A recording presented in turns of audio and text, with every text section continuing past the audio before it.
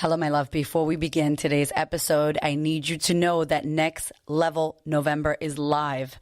That is our biggest promotion for the sisterhood coaching program I have ever done in my life. It is on for the entire month of November. Each week, a new offer. If you are ready to work with me, get your booty over to thequeenofconfidence.com. All right, into the episode. Hola, hola. It's your girl, Erica from America. Welcome to the Confidence Chronicles podcast. This podcast is all about helping you stand in who you are. Stop giving a fuck what people think about you. Start standing as your fully expressed self. As you are, as is, there is no filter needed. You are fucking awesome, and I am here to remind you. I'm a confidence coach, and I'm a bold stand for confidence, and I cannot wait to dig into today's episode with you.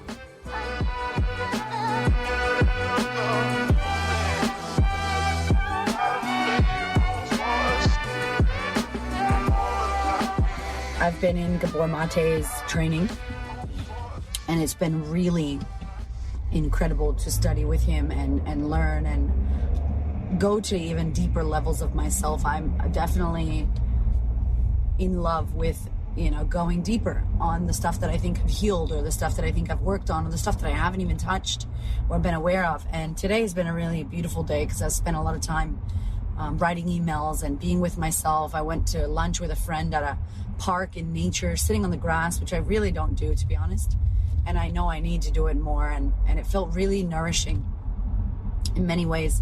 And I've had moments of reflection that have come up through the stillness, which is what stillness does, right? It lets you have more time to be in things and to reflect how you're feeling.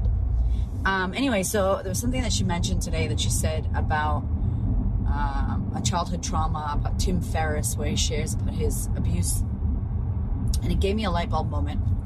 And just now driving, I was listening to Gabor Mate, and I got another light bulb moment.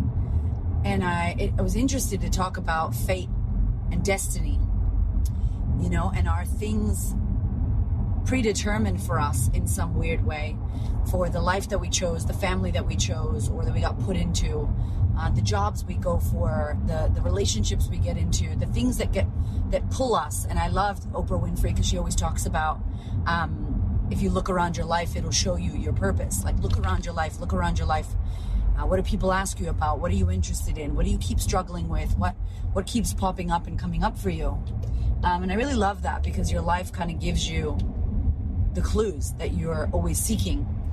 And I started thinking about how as a kid, I would be in mental hospitals with my mom. I would go visit her. I remember being 5 years old. I remember being 7, 8 years old. I remember being young and being in in a mental hospital. And I remember distinctively Westboro State Hospital. And I remember going there and feeling like I was 21.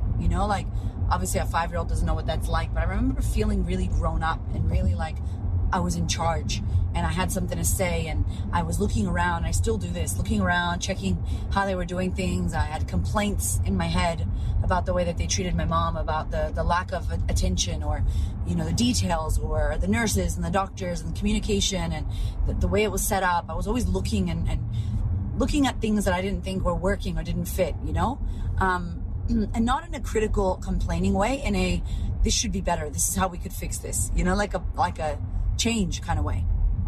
And I remember being in offices, in boardrooms with doctors and nurses, and my social worker and my mom wouldn't be there. Some of the time it would just be us without her. It would be before a visit or after a visit, and we'd be talking about her medication and her plan and what they're trying to do. And I remember arguing with these people, being like, are you guys just experimenting with different pills? How can you experiment? This is a person's health and life, and she doesn't need that, she needs this. And telling them what pills she needed, because I remember what she took as a kid. And just almost fighting. And I remember one day leaving, I remember walking down the hallway, clearly I was there yesterday, leaving and going, I'm going to work here when I get older. I'm going to be a nurse. I'm going to work in a mental hospital. I'm going to help people like my mom. It made me so angry because a lot of the nurses, the ones that I saw, not all of them, but the ones that I saw, were so miserable and almost hated their job and they were just doing it because they were getting paid and they had to. Like someone forced them to work at that hospital. And you could tell, when you could tell when someone, a cashier at a register, hates their job. They just look like, I don't want to do this. Like someone's forcing them to do it. And I remember, I'm saying this and I'm remembering as a kid being at Walmarts or grocery stores being like, yo, if you don't want to work here, don't work here. Nobody's forcing you. Like I had an attitude because people were just rude. And I'd be like, why are you so rude? If you don't want to work with the public, don't work here. Nobody's making you work here. Like young Erica had attitude.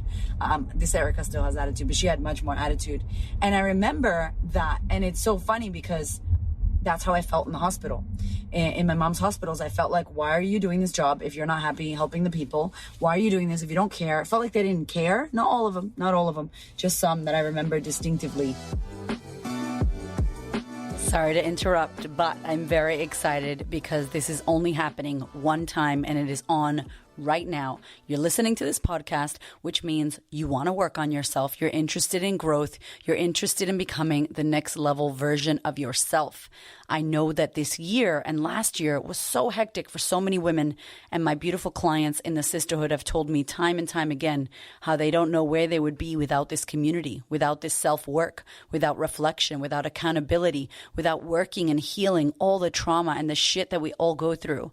I want to let you know that Next Level November is live. Every single week in November, we're going to be dropping a brand new offer. It is enticing, it is amazing, but unfortunately, it only lasts for 7 days. So once the offer goes live, you either join us or you miss out on it every single week till the end of November. We are currently in this episode in week 1.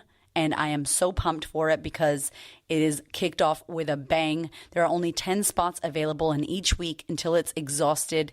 And if you've been waiting and wanting to work on yourself, now is the time. If you're listening to this and week 1 is already over, get your booty onto it. Every single week, something will unlock and it lasts for 7 days. Once it is gone for good. If you're ready to level up, if you're ready to let go of the opinion of others, if you're ready to stop comparing yourself and start standing in your power, reclaiming your confidence, making peace with your past so that that shit doesn't define you anymore and you get to create the life you want, the sisterhood is for you. Next Level November is live. Go to thequeenofconfidence.com, click on sisterhood. I got you. All right, enough chatting for me. A lot of talking, a lot of chatting. Back to the episode. I love you. And I remember being like, I'm going to help people with mental health. Now, Erica, as a child, thought that meant I'm going to be a doctor or a nurse or something. And I didn't realize in high school I studied MDMA. And I didn't study it like drugs. I studied like the use of MDMA and how they used it in psychotherapy and in long times before I was around, like when I was not even born, they were using it for old school therapy with couples particularly. And I remember doing a paper on this in high school and finding it so interesting. And then when I finished high school in adulthood, I did MDMA. I did a lot of MDMA, ecstasy. I was not proud of that. I did some crazy shit. So that's all I'll say there. I was MDMA party. Like that's what I did. And I didn't get addicted to it because I don't believe you can get addicted to that. But I did use it a bit, right? In a certain period in my life when I was living in Miami.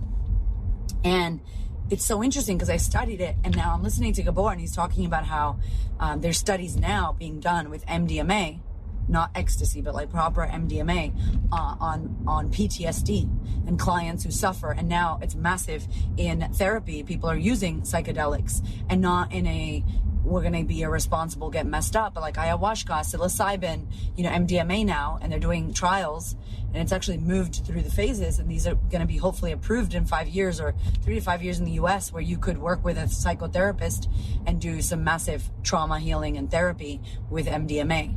Supervised. So I was just thinking about all that and listening to him and going, oh my God, like, did I get this life and get this trauma and go to foster care and become this? I'm a coach right now. Like I'm a coach. I coach people. I'm so interested in healing our past and creating the life we desire, not based off of the past that we had, not based off of who we thought we would be because of our trauma, but based off of who we can be truly when we work through it and when we heal it. Looking back now, I'm like, all of these experiences I had, all of the things that happened, all of the occurrences, everything feels like it works together to create me now and the life I have now and the work I do now. And it's like fate or destiny, or is it that you just listen to your life and the things that happen in your life end up moving you into the direction that you were always meant to go? I don't know, but it's definitely very interesting, especially as I'm listening to him and looking at, you know, my life and what happened and what could have been and what was. It's freaking interesting. And I wanted to share that because I think that if we do pay attention to our lives and we do pay attention to the life that we got given and the experiences that we have and the experiences that we've moved through, we can really find kind of the keys or the signs of where we should go. You know, and if you're feeling lost or not knowing what to do or where to go, like look at your life. Like Oprah says, look around your life. What keeps calling you? What are the patterns that keep happening? What do people ask you for? What are you interested in? What do you keep avoiding that you know you want to go to? And these are questions and things that I think I avoided for a long time until I didn't. And now looking back, literally I'm how old am I? 38 years old. And looking back at it, I'm like, all of this makes sense. Like, of course I do what I do now. Pretty interesting stuff. Anyway. Okay, the episode's over, but if you want to take this work deeper, if you're like, fuck, I love your episodes, Erica, your podcast is helping me. Imagine working with my ass for 12 months, live coaching. I will be coaching with you in an incredible community of like-minded queens doing the work. So if that is you and you are ready to do the work with me, head to thequeenofconfidence.com, click on Sisterhood, take advantage of Next Level November. I cannot wait to see you in there.